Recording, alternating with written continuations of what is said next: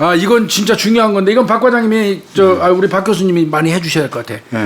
이거 보니까 보복범죄 가능성이 있으면 유치장에 가둔다 하는 거 나왔어요. 심야 조사도 적극 활용한다. 범죄 피해자 보호 강화 차원에서 이제 근데 내용을 좀 읽어볼게요. 이거 듣고 보시면 알 것 같아요. 경찰이 주취, 소란 등으로 당장 조사가 불가능한 피의자에 대해서도 보복범죄나 재범 가능성이 있다고 판단되면 조사가 가능할 때까지 유치장에 입감하는 거를 하도록 지침을 개선했다. 이거 사실은요, 예전에는 솔직히 말씀드려서 당장 조사 못하면 유치장에 입감했었어요. 이보다도 더 강화해서 어떻게 조사를 했죠. 했었죠. 입감해놓고 했었어요. 그런데 또 인권 때문에요. 내 기억에는 인권위원회에서 난리 났었어요. 그거 관련해서 일단 조사를 못할 입장이 되면 일단 그 사람을 풀었다가 조사가 가능할 때 데려다 하는 게 맞지. 유치장에 입감하는 거는 어떻게 보면 구속영장도 없이 사람 구속하는 것과 같다.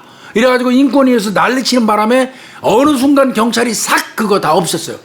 그래서 술 취해가지고 죄를 진 놈이라고 하더라도 잡아왔는데 술 취해가지고 술이 떡이 돼 있으면 그 새끼 조사 못한다는 이유로 일단 보냈어요, 집으로. 그렇죠. 그런데 그 가가지고 술 깨서 지랄해갖고 사고 친 경우가 상당히 많았잖아요. 이제 그게 심각해지니까 지금 경찰청에서 이제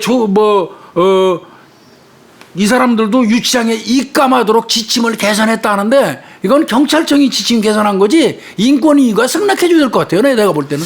이건 굉장히 좀 어떻게 보면 인권 침해 요인이 막는 건 사실이거든요. 맞아요. 이제 왜냐하면 제가 이제 현장에서 근무할 때도 우리가 이제 가정폭력이라는 건 부부간의 싸움이라든지 또 아니면 부모가 또 자식을 또 때린다든지 그런 것들이잖아요. 대부분 가족 간에 그렇죠? 일어나는 상황들인데 그래서 저희들이 이제 예를 들어서 이제 여성 청소년과에서 수사팀에서 조사해가지고 예를 들어서 이제 내보냈단 말이에요. 이제 조사 마치고. 근데 이제 나중에 또 이제 보복이 또 이제 진행됐더라고 또 신고가 이제 재신고가 그렇죠. 들어온 게 또 많아 있어요. 그러니까 이게 사람을 판단하는 것은 현장에서 굉장히 어려운 일이거든요. 이걸 과연 유치장에 입감할 것인지 아니면은 또 귀가 조치를 해야 할 것인지. 이게 이러면 뭐라고 따질 거냐면 어떤 근거로 보복범죄가 있을 거라고 예상하고 예단을 할 수가 유치장에 있는 거지. 니들이 가뒀냐 하고 또 따질 거예요. 그럼 인권위에서 득달같이 달라들어갖고 난리칠 겁니다. 그렇죠. 경찰이 인권 침해한다고. 지금 경찰은 어떻게 보면 이거 내가 볼 때 지금 유치장에 일단 보복범죄나 재범 가능성이 있기 때문에 입감하고 조사한다 하고 지금 발표를 했는데 제목은 너무 좋습니다. 제목은 좋아요. 근데 내가 볼 때 그 현실 가능성이 없어요. 그래서 일선 현장에서 우리 경찰관들은 이것 때문에 또 고민을 많이 하고 있을 겁니다. 제가 이거 내가 볼 때 안 될 것 같은데 하여튼 27일 날 경찰청에서 피해자 보호 인권 보호 지침 조화를 위한 종합 추진 계획을 확정해서 이제 그 보복범죄 우려 재범인 가능성이 있다면 술 취해서 그래도 일단 유치장에 입감해놓고 아침에 술 깨면 조사받겠다 이렇게 얘기했는데 이거 내가 볼 때는 어려울 가능성이 많아요. 이거 현실상이 없어 보이는데. 이게 유치장이 이제 우리가 이제 그 어떤 피의자를 우리가 이제 그쪽에 인치를 해서 어떻게 보면 입감시켜놓고 이제 관리하는데 굉장히 이것도 또 어려움이 있거든요. 어려움이 있어요, 이거. 그러면 경찰관들이 지금 제가 볼 때는 이게 유치장 같은 경우도 아마 광역 유치장을 운영할 겁니다. 그렇죠. 경찰서에 뭐 이렇게 두세 개를 묶어가지고 그러면 더 이게 또 신병을 갖다가 인계하고 하는 그런 절차도 굉장히 복잡해지고 또 우리 경찰관들이 좀 힘이 들 것 같은 생각이 듭니다. 이거는 경찰청에서는 심각성은 알아요. 보복범죄 발생 건수가 2017년에 257건, 2018년에 267건, 2019년도에 292건, 그냥 거의 300건 가까이 매년 보복범죄가 일어나고 있거든요. 그러니까 잡혀왔는데 풀어주니까 나가서 보복범죄 한 게 1년에 300건 정도로 하는 거예요. 그런 거 생각하면 최근에 엊그제 그 제주도에서 발생한 것도 엄밀히 얘기하면 보복범죄잖아요. 그렇죠. 이제 이러다 보니까 이 사람들 보복 가능성, 재범 가능성 유치장에 입감시켜 놓는다 이렇게 하고 얘기를 하는데 이거 어떻게 이건 어떻게 잘하려는지. 그래서 이제 이것도 진짜 어떤 답답한 세부적인 네. 그런 매뉴얼이 없으면은 이건 우리 현장에 있는 우리 수사관들, 우리 경찰관들이 상당히 애를 먹을 것 같습니다. 뭐 인권위를 비판할 이유는 없어요. 인권위는 인권만이 그 최선의 자신들의 직무니까 인권의 손톱만치라도 저촉될 가능성이 있는 거에 대해서 시비를 걸어주는 그 업무를 해야 돼요. 해야 되는 거 맞는데 뭐 수갑 같은 것도 앞수갑 뒷수갑이라는 규정이 어디 있습니까? 앞수갑 안 채우고 뒷수갑 채웠다고 지랄하고 말이에요. 아니 그게 무슨 의미가? 사실 근데요 효율적으로 강력범죄 저지른 새끼들 앞수갑 채우는 것보다 뒤로 채우는 게 훨씬 네, 우리가 이제 안전해요. 안전하죠. 강력범죄자는 저 도망 못 가게 잡아주는 게 저 궁극적으로 국민의 인권을 위하는 거 아니에요? 그래서 이제 아마 인권위 쪽에서는 어떤 조금이라도 그런 저촉이 되면은 분명히 여기에 대해서 이건 지적을 시비 할 걸을 겁니다. 거예요. 왜냐하면 제가 이제 현장에 이제 그 경찰서에 근무할 때 우리가 이제 옛날에 이제 의경들이라든지 이제 전경들 있잖아요. 네. 그렇게 이제 추락하는 어떤 그런 사고라든지 아니면 실족 사고 그걸 예방하기 위해서 이렇게 창틀에다가 이제 그 방범 창살을 이렇게 놨었잖아요. 근데 인권위에서 또 이제 난리 쳤잖아요. 왜냐면은 그쪽에 떨어지는 건 부차적인 문제고 이게 자체가 벌써 사람을 이제 감금하는 효과가 있지 않느냐 해가지고 아마 일선서 그 내무반 의경들 전부 다 아마 제거를 했을 겁니다. 그런 거. 거기다가 내가 제일 기억에 남는 게 뭐냐면요. 예전에 이제 저 그 파출소나 이런 데 붙들려 와가지고 오면은 저 대가리 이러고 막 벽에다 받는 자해하는 놈들 있잖아요. 그렇죠. 예, 있습니다. 그래 그 새끼들 하도 위험해서 오토바이 화이버를 갖다 놨어요. 아, 그리 수갑 채운 상태에서 대가리를 받으니까 오토바이 화이버를 씌워놨다고. 그나마 그래야지 저 받아도 괜찮으니까. 그랬더니 인권위에서 또 그거 시비 걸었잖아요. 쓰고 싶지 않은 헬멧 쓰게 했다고. 그러니까 인권위 근무자들은 내가 생각할 때는 중앙경찰학교 교육을 받고요.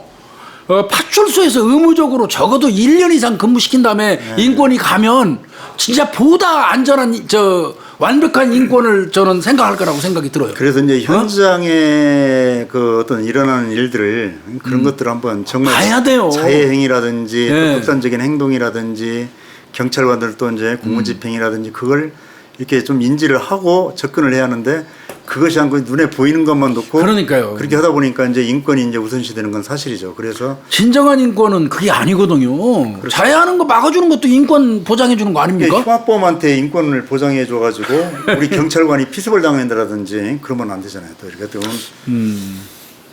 내가 오늘 아침에 저 친구지만 그 여상원 변호사, 네. 여 변호사는 이제 부장판사까지 하다 나갔어요. 네. 그 여상원 변호사하고 이제 그 뭐 여러 가지 이런 얘기 저런 얘기 하다가 오늘 아침에 제가 아침 편지에 어제 그 교통경찰관, 난 어제 그 교통경찰관 후배를 보면서 감동하면서 가슴이 너무 아팠어요. 이 스티커 이렇게 요즘에는 이걸로 하더만요. 이거 눌러서 이걸로 쓰는 게 아니고. 아, 지금 PDA라고 해서 그러니까 그걸로 하더라고. 직접 현장에서 이제 우리가 스티커를 발부를 하죠. 옛날 같으면은 이렇게 지구대 파출소를 이렇게 임의동행해서 이제 했지만은. 그러니까 이걸 하고 있는데 막 내가 그 옆에 서 있었어요. 근데 막 반말해요. 이거 좀 싼 거 끊어주라고 이 사람아. 네. 내가 보니까 이 사람아 저 사람 하는데 그 교통경찰관이 나이가 더 들어 보여요. 이 사람아 저 사람아 하는 거 보니까 외제차 하나 꼴꼴하게 타다가 걸렸는데 보니까 신호위반이에요. 그 싼 거 하나 끊으라고 막 반말 찍찍하는데 경찰관이 아무 소리도 안 하고 그거만 하더라고. 그러더니 나중에 열받으니까 경찰관 확 밀치더라고. 원칙적으로 이제 나자빠졌어요. 그 순간 이제 내가 딱 자세 잡았어요. 이게 이제 엉기 붙으면 내가 가서 뭐가 비틀어 버리려고요. 진짜. 그렇게 딱 준비하고. 교수님은 지금도 경찰관이에요. 아니, 그건 나는 이제 민간인 신문에서 잘못된 놈을 제압해 주는 거, 현행범을 체포하는 그렇죠. 거는 할수 있죠. 대한민국 국민은 누구나 할 수 있으니까요. 뭐 예전에 한번 제가 설명했었나요? 여성 술 먹고 초저녁에 술 먹고 술 취한 여성 어떻게 찝쩍거리다가 여자가 싫다고 가니까 회룡역 전철 앞에서 여자 쫓아와서 때리는 걸 보는데 주변 사람들 아무도 안 말려갖고 내가 그 새끼 울 때 한번 잡았다가 조사 몇 번 받았잖아요. 진단서 끊어가 고소해서. 진짜 일반 시민들이 다 그렇게 우리 반 나 경찰관 무혐의 받았어요. 한다라면은 참 이 범죄가 많이 줄어들 것 같아요. 어제 그래서 이제 딱 준비했어요. 네. 저거 이제 엉겨붙으면 여차하면은, 이제 여차하면 나가서 비틀어 버려야겠다. 그랬더니 경찰관이 참더라고요. 탁 뒤로 밀쳐서 넘어져 이러시면 안 됩니다 하더니 스티커 어느새 쭈르륵 나오더라고. 그거 딱 전달하더니 차로 가버리더라고.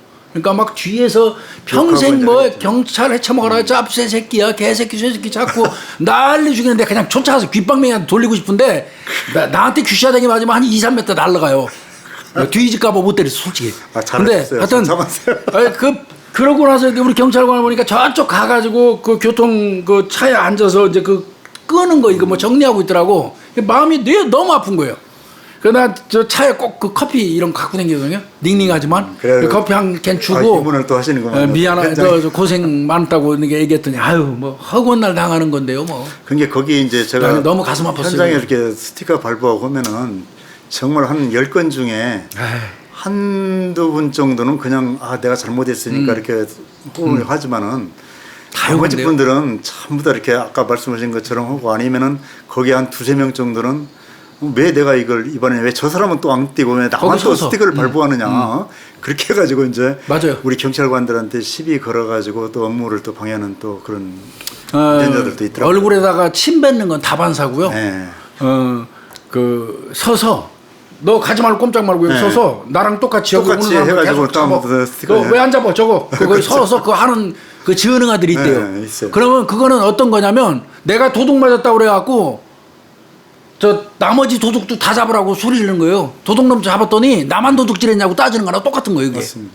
이게 지금 모자란 거죠 그런.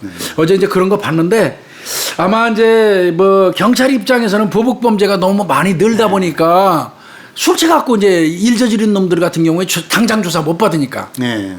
그러니까 일단 풀어놨다가 그 다음날 오도록 해서 조사를 받는데 그 사이에 보복범죄를 하니까 이게 문제되잖아요. 경찰에 끌려 들어갔다가 다시 나와서 사고 쳤다고? 그러니까 그 단순 주치자를 갖다가 술이 취했다고 해가지고 어디 지구대 파출소 어떤 소파에다가 잠을 재운다라든지 골치 아파요 그것도. 또 이제 유치장에 입금을 시킨다라든지 하더라도 변수가 많거든요. 왜냐하면 어떤 변수 많아요. 자기 어떤 기저질환이라든지 그런 것 때문에 어떤 또 이렇게 사망할 수도 있고. 예전에 CCTV 그 파출소에 없을 때는 경찰들이 덤터기 많이 썼어요. 길거리에 쓰러져 있는 사람 신고가 돼서 일단은 데리고 왔는데 자꾸 술 먹고 코 골고 자니까 그래 좀 깨고 난 다음에 가게 놔두자. 그냥 자기 놔두라고 그 놔뒀는데 이 사람이 아마 밖에서 넘어지면서 뇌출혈 같은 게 진행됐던 모양이에요. 그래가지고 그러고 사망한 이제 아마 케이스. 지구대 파출소로 들어갔겠죠. 네, 그래서 사망한 케이스. 그거 경찰이 그 관리 안 했다고 그래갖고 징계 먹고 그러는 네, 그런 게 있었어요. 엄청 많았거든요. 근데 요즘에는 그나마 CCTV가 있어가지고 이제 그거 비춰주니까 좀 낫기는 하죠. 그 이제 그런데 이거는 경찰청에서는 오직 답답하면 이제 그렇게 한다고 그러는데 인권이 승낙받고 하는 게 좋을 것 같고요. 네. 내가 볼 때는. 그 다음에 이거 있네요. 심야조사 아예 경찰 그동안 못하게 했잖아요. 10시나 못하게 보면. 했죠. 네. 그런데 이제 경찰청장이 정하는 경우 그 명시적인 지침으로 구체화해서 8월 중에 하는 건데 보니까 오후 9시부터 다음날 6시까지는 조사 못하지만 예. 세포 영장 신청 판단 공소시효가 임박하거나 예. 그다음에 당사자가 내가 받겠습니다 하고 요청하거나 예. 기타 경찰청장이 정하는 경우에는 심야조사 가능하다 그러는데 여기서 기타 경찰청장이 정하는 경우가 뭔지를 잘 모르겠어요 지금. 이게 저도 이제 그러니까 기타 긴급성 같아요, 긴급성 이것도. 그렇죠. 이제 어떻게 보면은 그 상황을 봐서 이제 예를 들어서 빨리 이제 조사해야 될 입장이. 조사가 계속적으로 이루어져야 할 조사라든지 시급성이 있다라든지. 그 만약에 뭐 어떤 뭐 시신을 숨겨놓은 장소를 네. 이러면 빨리 말해야지 가서 유실될 우려가 없다거나 그렇죠. 증거가 인멸될 그렇죠. 장소 같은 거 네. 뭐 이런 거 등등일 것 같습니다. 그런데 심야 조사는 뭐 괜찮은 것 같습니다. 공소시효 임박한 사람 조사 안 받을 수 없잖아요. 이건 그렇죠. 당연히. 그건 밤이라도 새벽까지라도 받아야 되고 본인 스스로가 원하면 해줘야 되고. 그러면 하고. 그다음에 조금 전에 말씀드린 것처럼 경찰청장이 정하는 경우 속에 어떤 증거인멸이라든지 긴급을 요하는 사안은 심야조사가 가능한 걸로 이렇게 보입니다. 뭐 저 언론 보도는 대대적으로 지금 경찰에서 어떻게 보면 언론에 배포를 한 거예요. 인권위에다가 간 보는 겁니다. 이거 어떤 면에서 보면. 그렇죠. 이제 우리 경찰에서 어떻게 보면은 이렇게 좀 적극적으로 하려고 현장 그런다. 근무를 하고 또 이제 피의자들을 이렇게 어떤 봐주는 것보다는 강력한 어떤 법 집행을 하고 있다라는 걸 아마 이렇게 또 알리고 싶은 것 알리고 같은데. 싶은 것 같습니다. 뭐 인권위가 대한민국 그 국민의 인권을 위해서 인권만을 바라보고 일하는 건 뭐 인권위 아니죠. 신분이가 뭐 비난하고 싶은 생각 없고요. 또 그 다만 이제 저는 큰 틀에서 인권을 보고 싶은 거예요. 그 인권 보장이라는 게 물론 뭐 인권에는 가해자 피해자 이런 건 없어요. 가해자건 네. 피해자건 다 인권은 아이고. 있는 거지만 그렇다고 하더라도 구태여 따진다면 가해자의 인권이 중요합니까? 그놈한테 무차별하게 당한 사람의 피해자의 인권이 중요합니까? 뭐 그런 것도 한 번 정도는 좀 생각해 볼 필요 있다는 예, 생각이 있습니다. 들고요. 예. 하여튼 인권위도 좀 현실을 좀 알고 했으면 좋겠다는 생각이 가끔 들더라고요. 가끔. 존경하는 분들이지만요. 네. 예. 그래서 지금은 그래도 어느 정도 경찰청하고 또 예. 인권위하고 서로 이렇게 협조해가지고 이렇게 하고 있는 것 같습니다. 지금 볼 때는. 잘 됐으면 좋겠어요. 예, 예.